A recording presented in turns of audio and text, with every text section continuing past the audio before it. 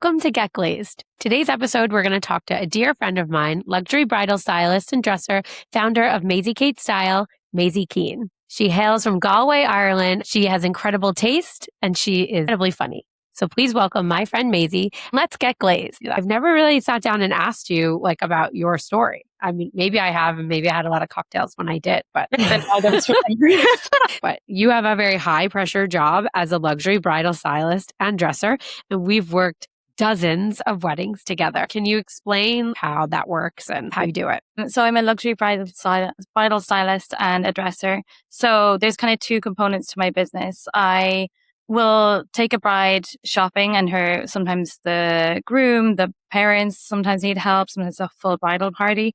So I take their inspiration, I set up appointments, I bring them shopping. Sometimes we're doing custom looks. So I'll introduce them to certain designers I think they should work with. And we'll just work from start to finish, going through the whole wardrobe and making sure everything's cohesive with the event. I also collaborate with the wedding planner as well, just to make sure if there's like a themed welcome party in Italy or something like that, that the dress goes along with the event and everything looks good together. And then I do have a background as a pattern maker and a seamstress as well. So during the fittings, I'm kind of translating exactly what the bride and groom want and their vision, because sometimes there's a language barrier or they don't have the terminology to explain exactly what they're looking for. So I'm there kind of almost like a lawyer, like a dress lawyer. You are like a dress lawyer. I never thought about it that way. I was just reading a book actually, and in the book they had been digging through their somebody's house, a grandmother, and they had found Vogue dress patterns from the 50s in the house. How did you learn that? When did you start? And did you ever see a real Vogue dress pattern and use it? It's funny. I've actually worked on Vogue dress patterns. Yeah. Really? Yeah. I was a couture pattern maker in New York City while I was doing weddings on the side. And one of our clients was Vogue patterns. So some of the patterns I created ended up as Vogue patterns. So they're still made. Yeah. And can you explain what they are? I'm imagining like a paper doll.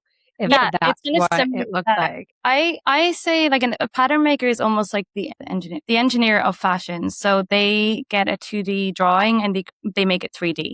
So You're basically making all of the patterns. So like this collar is one pattern, your sleeve is another pattern, and it's all laid out in shapes. And then all those pieces are cut into fabric, like it's pieces of paper, they're cut into fabric and then you're sewn together. And then you'll attend the fittings, and anything that's pinned, you then adjust the paper pattern. And that gets finalized. The paper pattern gets finalized before any fabric comes into play. Yeah, exactly. Well, you'll cut it. Well, nowadays you can actually do it where it's all like sewn up on a computer screen before you even have to make. But usually it's multiple. You'll make a muslin fitting. So you'll do a muslin, like a mock-up, and you'll fit that. And then you'll cut the actual fabric, the more expensive. I find that when I do custom with a client, they learn so much from it because they're literally creating something from 2D to 3D with like collaborating with the designer. It's such a fun process. And they learn, like most of them have never heard the word muslin or like any of those kind of terminologies before they start. And by the end of it, the grooms and the brides are all like, oh, they're saying like popping out all these words that they've learned along the way. And I'm like, I'm so proud of you. It's like bridal school. They're expanding their vocabulary. So you and I have worked at some insane weddings with some insane clothes with designers. It's like you're just walking up Madison Avenue in somebody's suitcase, as you're unpacking. You're from Galway, Ireland. Give me a little backstory about how you grew up. Do you feel like you have memories going back to as a child, like playing dress up? And did you always dream of that world? And does it remind you of being like a little kid? Yeah, I mean, I grew up in a pink thatched cottage on the west coast of Galway in front of the water. Like the water. Yeah, it's really, honestly, when I go home, I'm like, wow, I took this for granted. Like I have a twin brother and my mom bought us a kayak for our 16th birthday, I think. And we used to just go across the road and go kayaking out into the sunset. Like it was stunning. It's incredible. So it was so beautiful. And then my mom always like has such good taste. And she used to bring me to houses and like knock on the doors and like do like house tours, like pretending she wanted to buy a house. Like she's so into interiors. Every time she walks into a room, she's like, if I had this house, like I would knock this wall down. She starts designing it in her head. So I love that. Like had my mom influencing me like that. And as a kid, even I remember doing like bird's eye view, like drawings and sketches of like rooms. And my mom and my parents are both musicians. And so they would travel a lot. And my mom would go to Africa a lot. She'd bring back fabrics. And I was always like mocking Barbies and pinning them. I remember teaching myself how to knit and to sew in my own bedroom. And then my auntie eventually taught me how to sew for the first time because I was starting fashion college and I'd never sewn in my life. So that summer she helped me make a dress with a Vogue pattern actually. I still have Yes. Yeah. It's actually, it's not that different to my wedding dress now that I think about it. It's like ivory and it's off the shoulder. It's got pearls on the neckline. Your Um, wedding dress is so pretty. We'll have to post Thank up a picture you. when we launch this episode so everyone can see your haute couture wedding dress that you made yourself. COVID project. Like myself a husband. That's so fascinating that your parents were music. I didn't know your parents were musicians. I know. Yeah, my full family are musicians. My grandfather, my aunts, my uncles, all my cousins, like all of us play music. I think I knew one person, or your uncle was in that band because we were singing it in the van on the way home from Melissa's rehearsal dinner or wedding. My dad was in Pogues. We were singing. Okay. Yeah, that's what it was. I forgot about that because Sean Connell, the photographer who was on that wedding, was obsessed with the Pogues and he could not believe my dad was in the Pogues. I was like, I don't know. Yeah, that's right. I remember that. I was secretly pregnant, so I was sober in that band. The only sober person. I remember everything. I remember being like, Ashley, your boobs look so good. My boobs were so big and swollen. And I remember my Spanx started cutting me off on the ride on the way there that I had to take off my underwear in the car and like throw them in a little medieval village in the middle of Tuscany. My underwear in there. But I was like, I don't know why Spanx were not a good idea when you're 8 weeks pregnant. Oh my God, stop it. That was so fun. We've so many amazing memories together. One that always comes to mind is when we were in that terrible hotel room playing cards. Where were we? In Rhode Island. I couldn't remember where we were because the hotel room did not look as glamorous or as pristine as the rest of the room. That was a Watch Hill wedding. Watch Hill. Oh. I just came back from Newport. Do you feel more inspired since you grew up by the sea when you work by the ocean? 100%. Yeah, definitely. So do I. Yeah. So do I. And I also feel like I'm truly like able to relax when I'm by the sea. I also just moved apartments and I'm a block from the water. And this morning I never do this. And I woke up at 6:30 a.m. and I was down by the beach, like walking. I never get I saw that on your Instagram. I'm like, what beach is in Astoria? Even though I know it's an island, but yeah. It's so nice. I don't know. You won't go in that water though, right? No, it's funny. My husband's been debating it. He was like, I think I can just go in. And I was like, please don't do that. The East River? It was the East River. I actually saw kids there last week swimming. Swimming? I mean, it's supposed to be clean. Yeah. I don't know if I'd put my kid in there, but you know, it's pretty hot. So it's pretty hot. So let's talk about your husband for a second because he has a very interesting, well, I don't know if he's retired now, but career path. He's a boxer. So he's still boxing? Is he still fighting? He's not now. He's retired. He had a knee injury or ankle injury, so he had to retire, but he did like 100 amateur fights, 10 professional fights, and now he's training people. Actually, funny story. I had a client maybe 2 years ago and I was styling the groom and I turned up to one of his fittings and he was like, oh, I have a really good story for you. And I was like, what is it? And he was like, so I was training in this park there and this guy was like doing pull-ups or whatever. And he was like, oh, do you train people? And he was like, yeah. And they exchanged numbers. And then my client went back and like Googled him because he said he was a boxer and saw an article where it was like, and his wife is Maisie Keane, fashion designer, or whatever. And it turned out it was Matt. So Matt and so Matt started training him and I was styling him. So on the wedding day, new business. Boxing is like the best workout ever for the dresses that you're putting them in. Exactly. Maybe you're onto something there, Maisie. You're a great businesswoman. That would be really cool. Husband and wife team, Maisie and Matt's luxury bridal styling and fitness routine. Yeah. Bridal styling and boxing. I would sign up for that. All of my clients have personal trainers. I mean, for the most part. So I'm always like, oh, we should just work on my husband. I don't know if people still do dance lessons or ballroom dance lessons, but how great would it be to take boxing lessons? Yeah. And then the prenuptial lawyer can come in a little bit after that and they can get it like kind of all working in the system. Get all your anger out before the wedding. Exactly. That's what you need. Do you feel like Matt has ever helped you kind of mentally prepare for a high pressure job? Yeah, definitely. He's the most supportive person ever. He's unbelievable. He just knows when I need help and when even during bridal fashion week, he's like, I'll cook for you every night of the week. Like he just is on and he knows to leave me alone when I'm like busy. And I used to take him on some jobs, but I've stopped because you're so focused on, I'm sure you think the same. Yeah. Like, you're so focused and you're also on call, like, which is not a vacation. It's not a vacation. And the stress levels are high, even though you don't feel it until you have someone that you feel like you're hosting and you're trying to have them enjoy their trip as well. And then So I'd rather just use his very limited holiday time to go on actual holidays where The we can actual like, holiday. yeah. It's so funny. He was saying, "Oh, you travel all the time recently," and I was like, "Hang on a second. I supported you for 13 years while you boxed." And Yeah. he didn't even know my birthday until he like finished boxing. He was so focused. He didn't know your birthday? No, I have a video for like, it's like 5 minutes long where he's trying to remember my birthday. Our birthdays are 2 days apart. Yeah. Right? You're October 3rd. I'm October 5th. There's so many Libras in the industry as well. I think because we're obsessed with beauty. Speaking of traveling, so how many stylists do you have around the world? And then how many destination weddings do you have this year and where are they? My team is probably around 30 between Ireland, London, Paris, Spain, and then all around America as well. Incredible. They're not full-time, they're freelancers. A lot of them I used to teach in a sewing school, so a lot of them I've hired. I know that they're like fully capable of sewing if anything, goes wrong on the day, which we've seen many times. And then a lot of my friends who I studied fashion design with in Ireland, I bring them along to my European job. And I'm sure they love that. Where'd you go to sewing school? In New York or in Ireland? I studied fashion design at Limerick School of Art and Design in Ireland. And then I did do a pattern making course at FIT. When you taught sewing, is this when you taught sewing to young kids? You're hiring them? They're older enough? No. It was the other teachers in the school. I wish. Oh, okay. Okay. Yeah. Well, so share a little bit of that because you really enjoyed that when you did that. It was like a summer camp, correct? I mean, I did that for probably 3 years. It was never a full-time thing, but it was like during the week, just like teaching kids how to sew and like make patterns. And oh my God, I loved it. It was so rewarding for them. And then during COVID, I guess because I was the only immigrant working there, I was the only one who had to keep working because I didn't get any benefits. Like I was just like no money coming in. Whereas everyone else was like getting unemployment or whatever. Right. And so I kept the school going kind of like I was opening and closing it, running it by myself.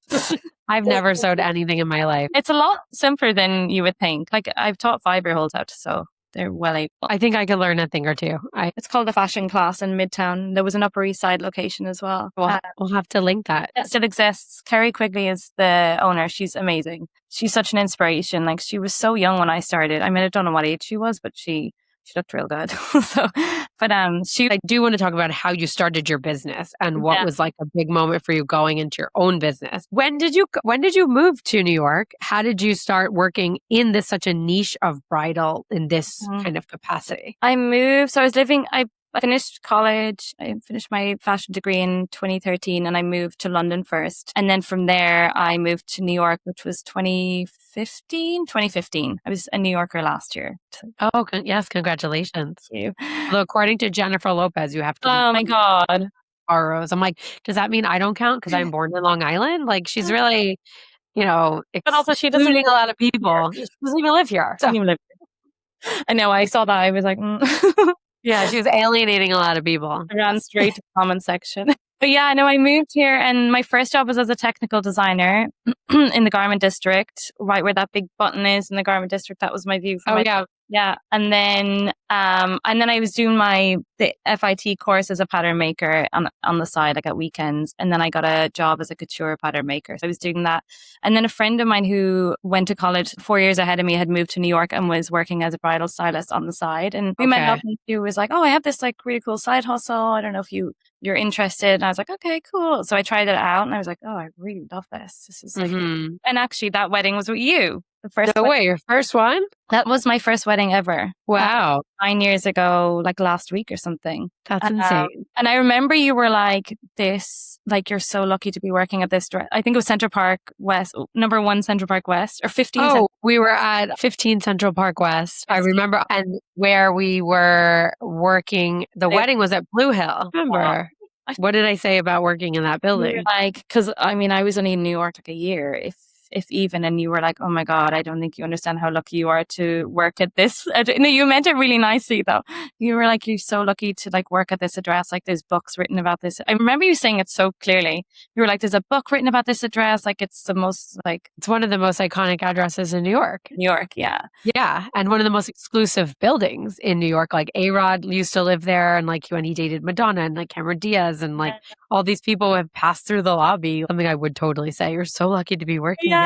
But in a way of like architecture and art, I meant not like you should, not that I gave you the job, that you should be thankful to work. No, but I feel like you're really good at like appreciating things. Like, I feel like when you work in this industry, it's so fast paced and it's like next wedding, and you're traveling and you're unpacking and you're packing your kit. And it's so easy to kind of not pinch yourself and be like, hang on a second, I'm in Montenegro for 5 days working the most Yeah. amazing wedding. Like, it's so easy to just not stop and like take a breather and like take it all in. It really is, because Yeah. sometimes you feel like, oh, I could be anywhere and doing this job, or you can lean in really easily to getting frustrated or the timelines or the stress, but then you're like, wait, right, I'm looking at the ocean. I'm here. I'm on this cliff that I'll never be on again. And I always enjoyed the parts of traveling for our job when like in the off time, of course, the job itself, but like the little coffee or the little drink or the little slice of pizza or something at the end of the night to kind of see a little bit or try and see as much culture as you can while you're working. Yeah, absolutely. I think it's like so important. Like, I try to fly in like a day early and leave a day later if I can. Sometimes you're just moving to the next job, but But like I'll get up really early. Like, I did a wedding in Cabo in December and I saw the sunrise every single morning, and I've never seen the sunrise in my life. The first time I saw it, I started crying. I was like, oh my God, what is this? and so now that you live in Astoria Yeah, I know. by the beach. It's like, I don't think I've seen the sunrise before. Oh my goodness. But it was so nice. I was like, I need to take it all in because, I won't always be traveling for work probably, and I won't always get to go to all these gorgeous places. So it's nice I to. mean, no, you guys don't have any kids. I don't know if you want to talk about having kids or not having kids, if that Yeah, makes you feel comfortable, or you want to share your age. How old are you actually? Are you I'm 37? 34. I'm 35 in October. No way. I always thought Yeah. you were older. I Thank- never knew.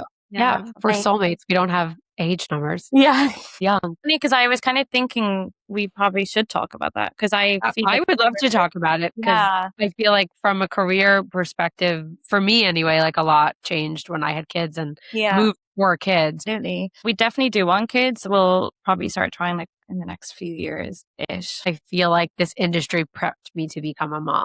Really?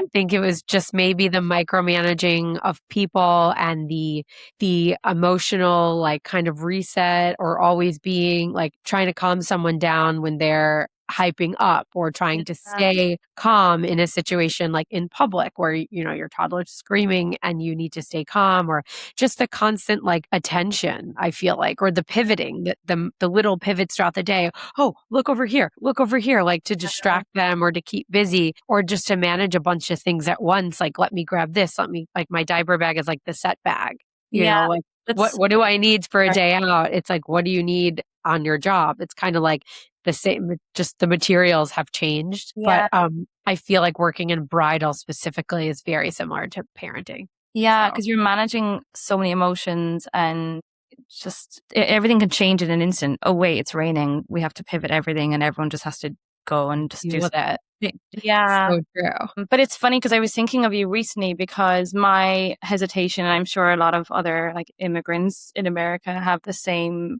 like thing. It's like, you have a kid here and you've no support. It's just you, your husband, or your partner and your kid. And so I was thinking of you recently because you're in Ohio and your family aren't there. So I'm like, oh, you're like almost like an immigrant in your own country. You're like away from home and you're raising a kid by yourself. Really. My home friend just had a baby she lives on the Upper East Side and she's here by herself. Her family are in Ireland, but we grew up together. So I feel like I'm her family here. We've known each other since we were in diapers. It's just tricky being here with no family and support, like a lot of people. It is. It is so hard to be without family and raising kids. Yeah. So, and right now we're here for business. My husband's Joe's business is based here, so that's why we're in Ohio.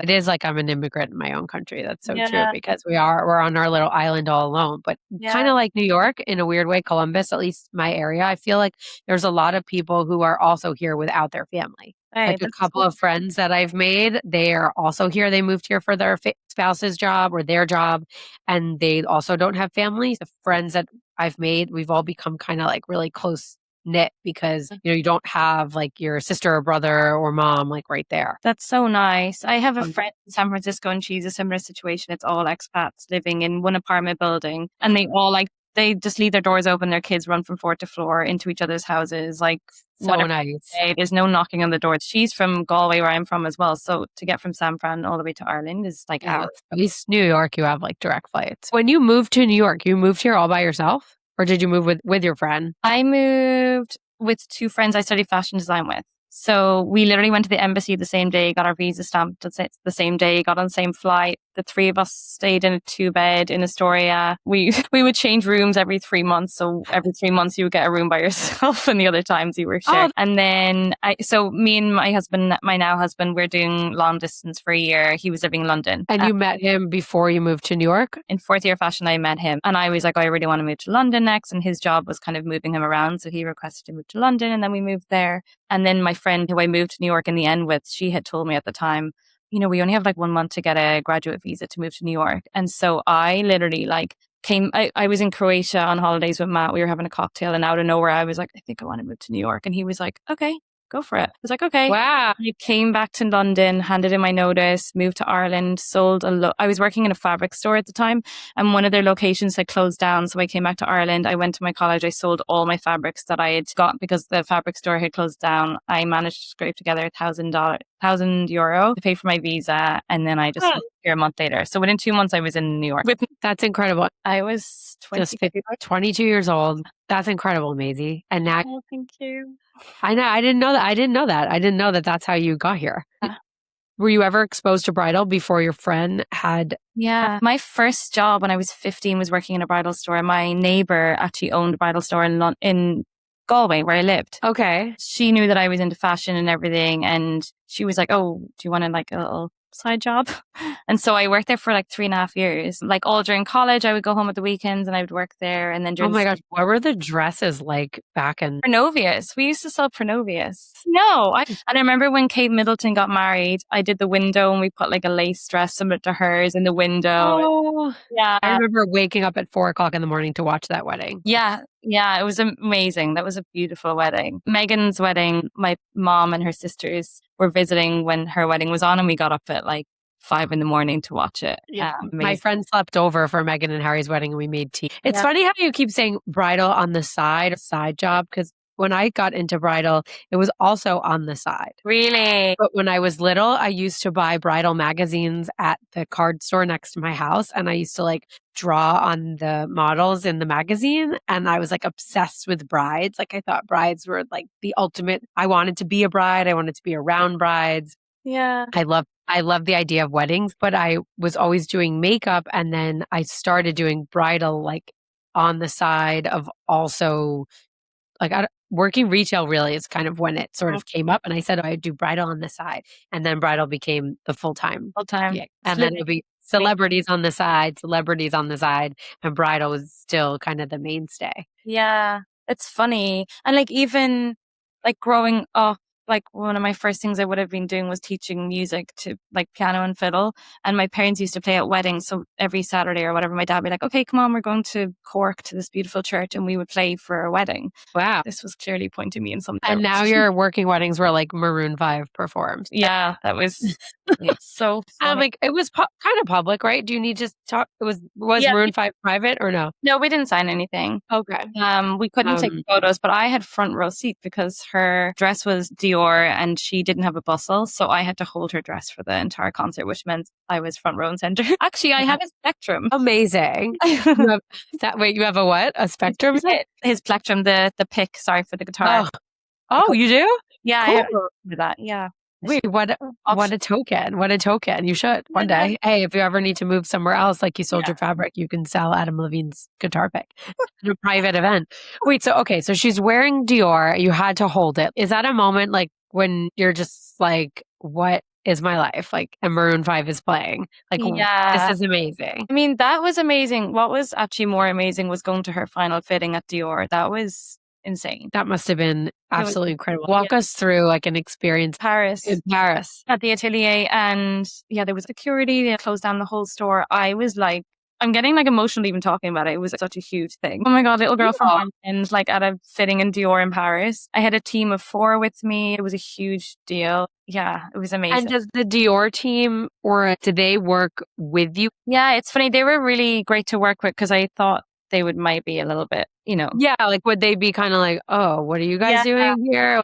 Do you think that they felt more comfortable that professionals would be handling it? Because she wasn't hiring the Dior team to then come to the wedding, right? Yeah, they did end up coming in. Well, they came to deliver the dress, but I was kind of almost showing them the ropes. They didn't know, how the day runs and everything like that. And I was showing them like, how to style it. And also on the wedding day, it was torrential raining and her aisle was like, I'm not good with like yard measurements because I still don't know American measurements. But she had a really long outdoor aisle, and when you zoom into the photos, it's actually puddles the entire way up the aisle. And you don't notice it at the start, but when you zoom in, it's puddles.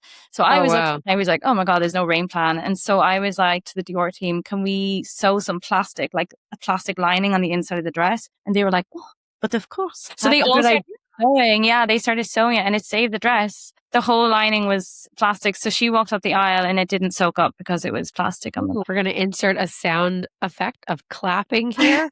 Brava, brava. Wait, that's amazing. So genius. Yeah. Well, things. I mean, same with you. You have to think on your feet. If something's not working, you have to like think of a solution. You also have to be 10 steps ahead. Like I was thinking of that an hour before ceremony because I was like, yeah, we're putting a dress on a mannequin, which is great for photos, but like, yeah, you have to wear this up the aisle. Especially wear this. That could be, your elevator pitch if somebody doesn't know if they want to hire you or not. This has been so fun to talk to you and really get to know you a little bit more. Where can everybody find you? You can find me on Instagram at Maisie Kate Style, MaisieKatestyle. And then on my website's linked to my Instagram. So it's www.maisiekatestyle.com. Okay, fabulous. Well, thank you for joining us on this week's episode of Get Glaze. You can tune in weekly for new episodes, like and subscribe wherever you get your podcasts. And I can't wait to see what glamorous destinations you travel to and things this summer.